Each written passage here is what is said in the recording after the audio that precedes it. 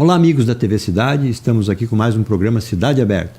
Hoje recebendo um ilustre visitante, o nosso sempre presidente da ESICS, ex-presidente da SICS, atual presidente do Observatório, um cidadão voltado para o bem-estar onde vive. Não é de hoje, há muito tempo. Obrigado, Carlos Paese, por nos prestigiar com a sua presença. Eu que agradeço a oportunidade e espero poder contribuir com a população para o crescimento de termos pessoais, né? E as pessoas saberem os direitos e as obrigações que têm. Muito bem. Carlos, nunca é demais saber o que é o Observatório Social, como funciona, quais são os seus procedimentos. O Observatório Social é uma entidade não governamental, sem fins políticos partidários. Para ser integrante do Observatório não pode ter vínculo partidário. A gente sempre destaca que as pessoas que participam do Observatório, elas têm uma linha política, porque todos nós temos uma posição política, seja ela de direita, de esquerda, de centro, mas a gente sempre tem, porque a gente tem opinião, a gente se manifesta, a gente tem as necessidades do dia a dia e a gente sente o que os governantes fazem. Então, se eu não concordar com alguma coisa, eu tenho que me expressar e eu tenho que me colocar. E é isso que o Observatório tenta propiciar. Num passo inicial, o Observatório está trabalhando com a questão da gestão financeira dos recursos, dos nossos recursos. Porque muitas vezes as pessoas entendem que o dinheiro do imposto é do governo, não é do governo. O dinheiro do imposto, ou qualquer taxa, qualquer tributo que a gente paga, é nosso. É um bem nosso que algumas pessoas que foram escolhidas através de voto... Ou até por concurso? Ou até por concurso, mas normalmente eu tenho um gestor-chefe que é eleito e ele foi eleito para gerir esses nossos recursos. Mas gerir isso é trazer serviços e benefícios para nós, e não para grupos políticos ou para agremiações que estejam trabalhando dentro da gestão. Famosa base aliada que sustenta o governo para ele fazer o que quer. Aí a gente já começa a discutir a questão da política em si, né? Do nosso sistema político. Hoje, como a gente tem essa infinidade de partidos políticos, para se chegar no poder, tu tem que te agrupar com N agremiações. Porque eu vejo partidos políticos, eu acho que se nós tiver, tem 1, 2, mas fazendo muita força para ter 1 e 2. Nós temos agremiações, onde as pessoas se juntam, vamos dizer, seria quase que um time de futebol, uma agremiação, se juntam para torcer ou trabalhar junto agora. Daqui a pouco não é mais do meu interesse, eu troco, vou para outra agremiação. E aí ficam trocando. Não existe uma linha partidária, não existe uma linha de pensamento, um programa partidário. Nós temos um programa de gestão, mas gestão de 4 anos, que é para mim me reeleger ou para reeleger alguém do meu grupo, para nós ficar se perpetuando no poder. Para manter os altos cargos e salários. Essa é a política nossa que nós temos hoje. Então, um dos trabalhos que a gente faz como observatório é que tentar criar no cidadão o exercício da cidadania. Ele saber quais são os direitos deles. A cidadania fiscal, ele saber que ele pode cobrar do gestor público onde ele está aplicando os recursos e a transparência das ações. Então, vamos dizer assim, carro-chefes do observatório é o cumprimento da lei e a transparência disso. Que se ponha nos portais, se divulgue o que está acontecendo e o que está se fazendo com os recursos públicos. Muitas pessoas procuram a gente para falar de maus tratos de animais, maus tratos de criança, transporte escolar, que não, isso não cabe ao observatório. O observatório trabalha com aplicação de recursos, sejam eles federais, estaduais ou municipais. Toda empresa particular que tenha algum vínculo com o setor público e que receba verbas públicas, ela pode ser indagada naquela parte da aplicação dos recursos que ela recebeu, seja da União, do Estado ou do município.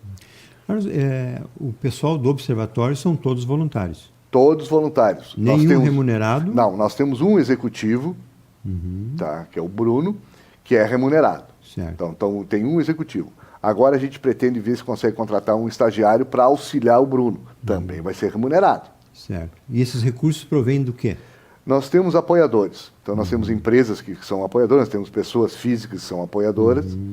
E entidades, né, que nós temos aí, que têm interesse no bem comum, certo, que estão voltadas com esse mesmo propósito que foi criado o Observatório, que fazem aportes financeiros mensalmente e a gente vai gerindo isso, né? E como a gente tem essa questão da educação fiscal, a gente trabalha muito na questão, assim, começamos agora, a gente já fez um evento onde a gente teve uma participação de uma menina do setor de compras da prefeitura, onde a gente trabalhou com empresas para habilitar mais empresas para participarem das concorrências em Farroupilha. Nós tivemos 23 participantes. É um ganho local. Por quê? Uma das contratações que a gente teve é que poucas empresas de Farroupilha fornecem para o Poder Público Municipal. Então, a maioria das licitações são empresas de fora. Então, nós temos que fazer acontecer as empresas de Farroupilha, porque daí o dinheiro circula aqui. Aumenta a renda, inclusive, né? Até pouco tempo atrás, isso é um elogio que a gente faz, o Poder Público Municipal estava pagando em até 7 dias depois do empenho. De todo aquele trâmite que tem dentro, em até 7 dias estavam pagando. Quem não gostaria de ter um cliente que paga em 7 dias? É à vista, né? Tá? Então, tem que habilitar. As pessoas não procuram isso. Muitas vezes tu vê uma crítica assim, mas não me convidaram. Esse governo, essa gestão, tirou aquela carta convite, que convidava as pessoas para ir lá participar, convidava quem ele queria. Agora é publicado o edital. As pessoas têm que acompanhar dentro do portal do município os editais que tem, ver se interessa para ele, se é do produto dele, e aí ele se habilita para participar. Agora a gente vai tentar, já dentro da programação desse ano do Observatório, fazer uma divulgação maior desses editais. Até para empresas, nós vamos tentar setorizar para passar direto para as empresas daquele produto que está sendo licitado, que ela possa participar. E esses cursos ainda é grátis? São grátis, o Observatório não cobra esse tipo de curso. Muito bem. No futuro talvez seja uma fonte de renda. A gente fez uma parceria com o Sebrae passou uma parte do material, a outra parte a gente teve que fazer, né? Mas na medida do possível, se a gente tiver recursos à disposição, sobras daqueles que os apoiadores nos dão, nós vamos canalizar para quê? Para fornecimento desse material, para possibilitar continuar habilitando essas empresas e o cidadão com a educação fiscal, que é o que a gente pretende fazer, além dessa formação das empresas participar. Nós queremos criar um grupo, tá, que vá nas escolas para começar a passar para as crianças e os mais jovens o que é cidadania fiscal, quais os direitos, para eles falarem para o pai deles em casa, para a mãe em casa. Trabalho de base mesmo. E para lá no futuro nós temos uma outra geração já cobrando transparência e cobrando a legalidade das coisas. Não tem outro jeito a não ser educação. Não tem. Se nós tivéssemos educação, tenho certeza que nós não estaríamos nessa situação. Os voluntários não recebem e o Observatório vive de doação. E quantos voluntários tem hoje o Observatório? Hoje a gente tem 70 voluntários. É um número expressivo, hein? Posso dizer que na convenção dos observatórios que teve em novembro, em Gravataí, quando eu dei o número, no estado a gente tem 15 observatórios funcionando. 15 já? 15. E desses 15, nós perdemos para 1 ou 2 cidades, tipo Porto Alegre. Estamos em terceiro número de participantes. Não sei se não há segundo. Tá? Que bom. E o pessoal até se surpreendeu pela quantidade e pediram como é que era a nossa forma de trabalhar. A gente explicou que tem muitos voluntários que não vão presencialmente lá no observatório, mas executam suas tarefas em casa. Então ele faz o trabalho de análise, coisa assim, porque todos os editais, a gente tem assim, uma gama muito grande de editais, dos mais diferenciados assim, segmentos. Então muitas vezes o médico não pode ir lá. Um engenheiro não pode estar lá. Mas aí a gente passa o material para eles, eles analisam, devolvem, nós reexaminamos aquilo e adequamos aquilo para a nossa proposta. Então, são reuniões semanais? Semanais. A gente tem uma reunião por semana. Sempre na SIC? Não, a reunião é do Comitê Executivo. Certo. Diariamente o Observatório está trabalhando, tem lá 7, 8 voluntários, 2, 3 voluntários, estão trabalhando lá dentro na sede do Observatório, que é lá junto à UX. A UX que cedeu o espaço. Caravaggio. A UX é uma dos apoiadores que cedeu o espaço. Muito bom. Amigos, vamos fazer um pequeno intervalo e voltamos em seguida com mais Observatório Social, Carlos Paese.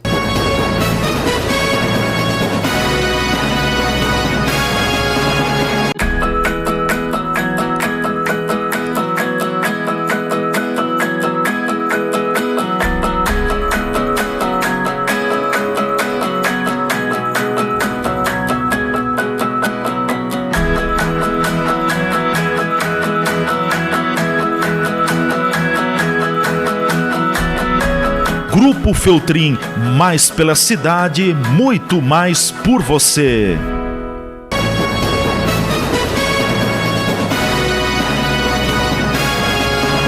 Olá, amigos, estamos de volta com Cidade Aberta, hoje recebendo um ilustre farroupilense da GEMA, sempre lutando pela cidade, e agora presidente do Observatório Social. 70 ocupantes, ainda é pouco perto do trabalho que está aí ou está por vir, Carlos?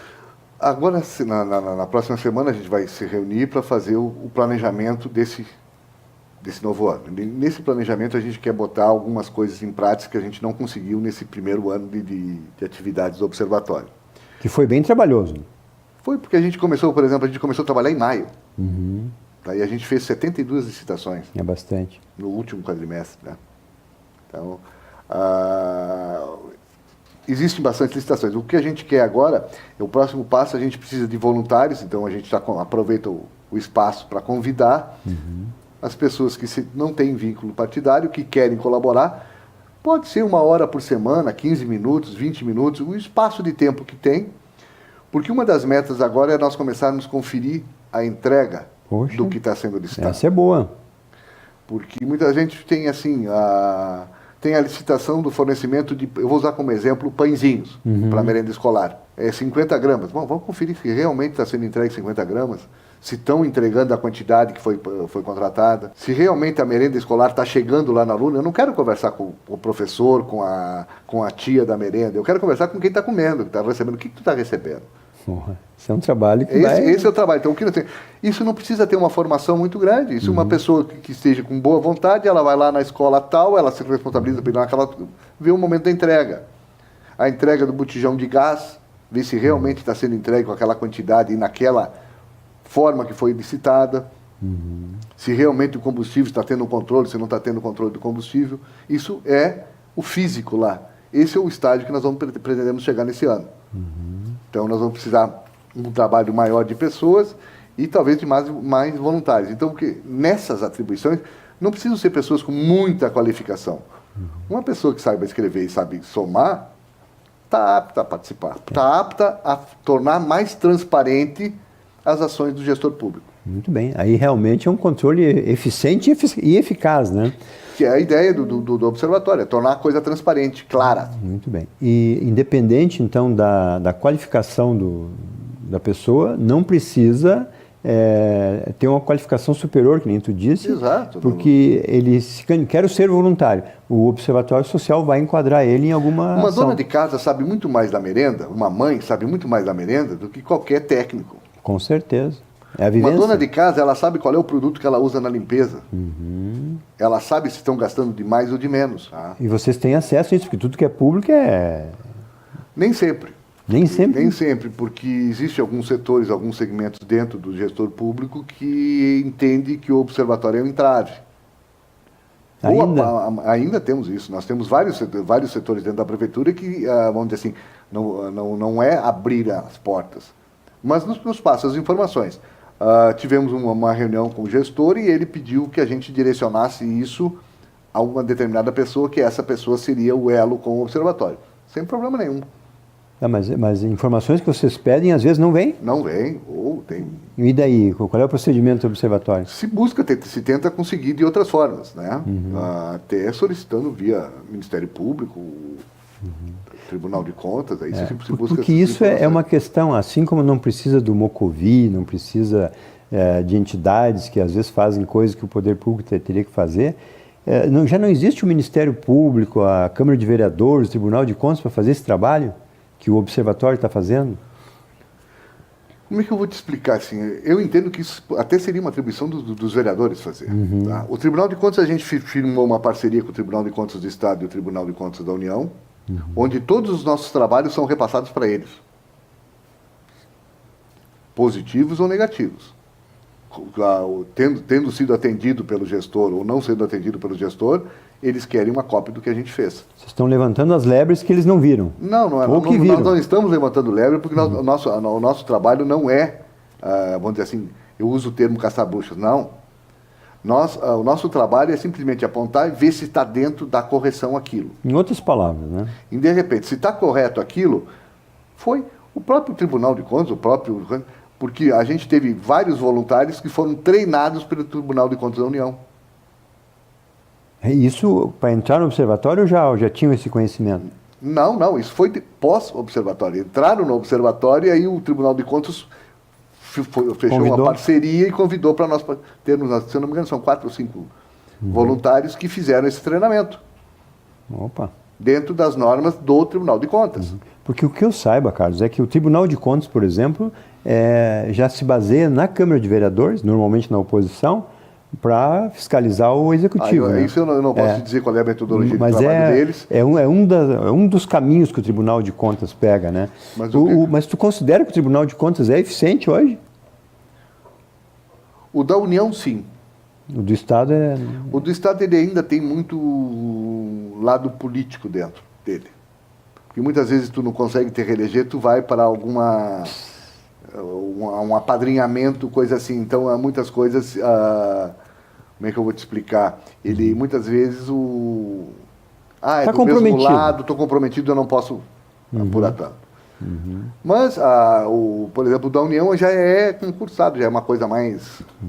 Dentro dessas estatísticas que vocês passaram, a gente inclusive está passando aqui na TV Cidade um resumo do que vocês apresentaram lá, são o número de voluntários, o número de horas, né, que 370 horas, né, que foi falado lá. Eu de cabeça, assim, que dá mais ou menos 11 mil reais. Esses 11 mil reais de horas voluntárias, vocês se basearam no custo hora por profissional, mais ou menos? Mais ou menos. A gente pega uma tabela de médico, de dentista, de contador, de advogado, e aí tu vai pegando pelas horas que cada um passou, que trabalhou, certo. Que a gente tem controle das horas que cada um trabalhou, e aí se faz essa média. É um bom parâmetro, né? Dentro desses 20 grupos de trabalho, vocês analisaram, você falou 70 e poucas licitações. No último quadrimestre, 72 licitações. 72 licitações.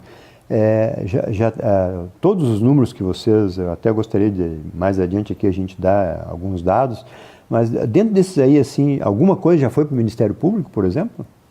Sim, já no primeiro quadrimestre a gente já teve, nesse segundo quadrimestre também tivemos. Voltando àquela convenção que a gente teve em Porto Alegre, eu percebi assim, conversando com as pessoas lá, os números que a gente tem em Farroupilha são muito bons perto dos outros municípios. Nós temos poucos problemas aqui, se tu fizer um comparativo com outros municípios, desses 15 municípios do estado. Temos menos problemas? Menos problemas. Isso é uma coisa. Existem, vou dizer assim, eu não posso chegar e dizer assim, não, isso não está correto. Certo. Porque se o gestor público entender que aquilo está correto, ele dá sequência. Mesmo ele divergiu de mim. É divergência de pensamento minha e tua, de quem for. Claro. Aí o que faz? O observatório notifica a Câmara de Vereadores, a Câmara de Vereadores dá o seu parecer. Se nós não concordarmos ou a Câmara de Vereadores não dá o parecer, aí sim a gente encaminha todo o processo para o Ministério Público Estadual, Tribunal de Contas do Estado e Tribunal de Contas da União. Ou Ministério Público Federal também, dependendo se a verba é federal. Certo. Então, isso dentro dos prazos que vocês têm. Exato. A Câmara de Vereadores enrolou, não mandou, vai para lá. Ou, se dependendo da resposta deles, vai também.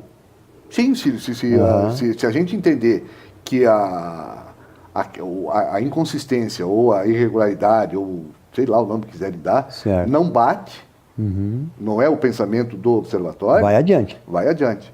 Porque se a gente tem alguma dúvida, a gente consulta o Observatório Nacional. Que é o... que tem mais experiência, órgão maior, e eles transmitem para a gente a posição.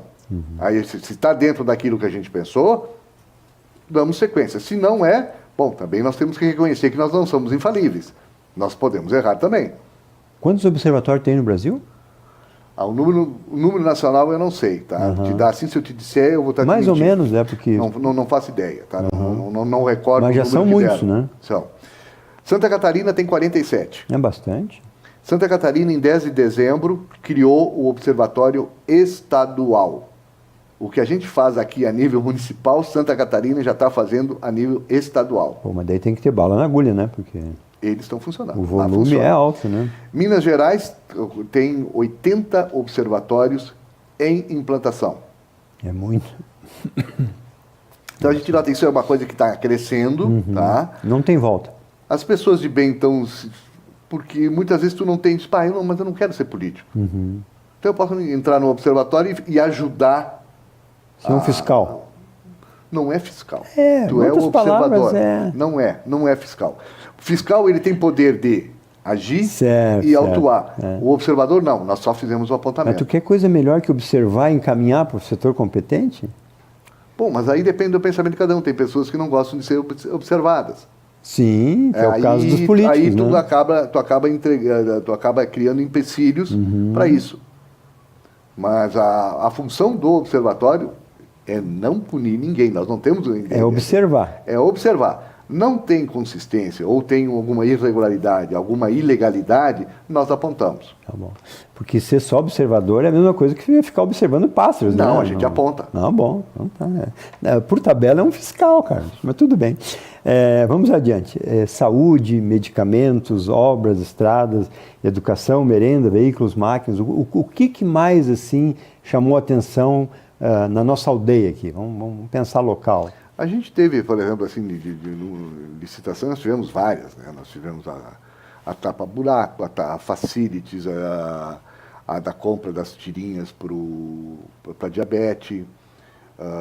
Tivemos vários, assim, que a gente teve... Os livros foi no discussão. anterior, né? Os livros foi no anterior. Teve a dos livros, da robótica.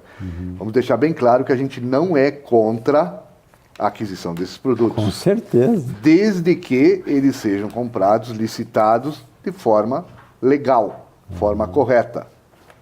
Se revogaram, é porque eles concordaram que nós tínhamos razão. Sim.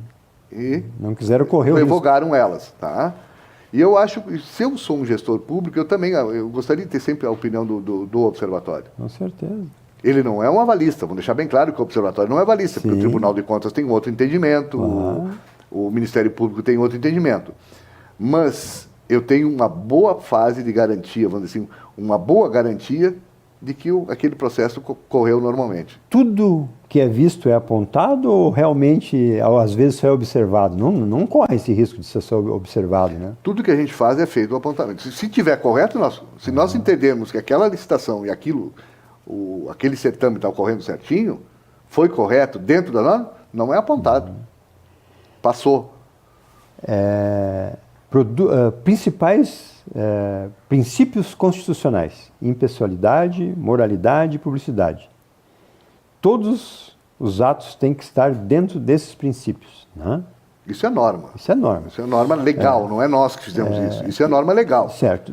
A gente observa para ver se existem esses 4 itens. São 4, se eu não me engano.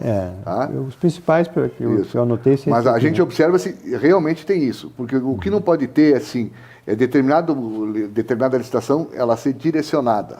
Tá? Que ela possa indicar seja um fornecedor. Entendi. Não pode. Entendi. Dirigida daí, né? Dirigida. Dentro da ética, dentro da moral.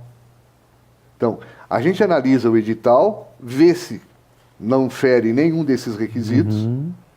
Se feriu, a gente faz o apontamento. Isso aí. Carlos, deu manchete no outro dia na Rádio Espaço que teve coisa que não podia ser falado. Mas aí não está ferindo a publicidade? O que é que... Se o Tribunal de Contas da União pede sigilo, nós temos que fazer o sigilo. Então eu não posso falar. Quando consulta o tribunal? Não, nós encaminhamos para o Tribunal de Contas. E o Tribunal de Contas diz, não, isso aqui vai correr em sigilo. Deu. Até não vir resposta do poder, nós não podemos falar nada. Então a publicidade vai ser dada oportunamente. No futuro, no momento se der bem positivo ou negativo, quando o Tribunal de Contas der o parecer, nós vamos poder revelar. Nós só tivemos um caso até agora? Até agora só um. Que você considerou mais grave. Não é eu considerei. Sim, nós não. encaminhamos para o Tribunal de Contas. Certo. Assim como encaminhamos outros. Nesse ele pediu sigilo. Sim, nós não podemos... Mas se é sigilo, não é uma coisa que é um pouco mais grave? Depende da forma que tu vê isso, da forma que tu interpreta isso. Eu acho que nós tivemos já coisas mais, vamos dizer assim, na minha maneira de ver, não é nem do observatório, na minha maneira de ver, seriam mais graves, tá? Que o pessoal lá entendeu que não era tão grave assim. Mas aí é a questão de entendimento. De entendimento. Muito bom. Por isso que o observatório não tem poder de fiscalizar, ele só pode apontar. Não é só observador, ele também agora passa a ser um medidor, um conferente. Isso nós pretendemos implantar durante o ano. Ainda não temos isso. Isso é evolução. Carlos, nós queremos agradecer pelas as suas considerações aqui. Te deixo com as palavras finais. Né? Eu agradeço e convido as pessoas que quiserem conhecer o observatório. Ele está lá na Rodovia dos Romeiros, junto à sede da UX, a quem eu agradeço pelo espaço cedido. Agradeço aos nossos apoiadores, eu não vou citar nenhum porque são vários. Que bom. Né?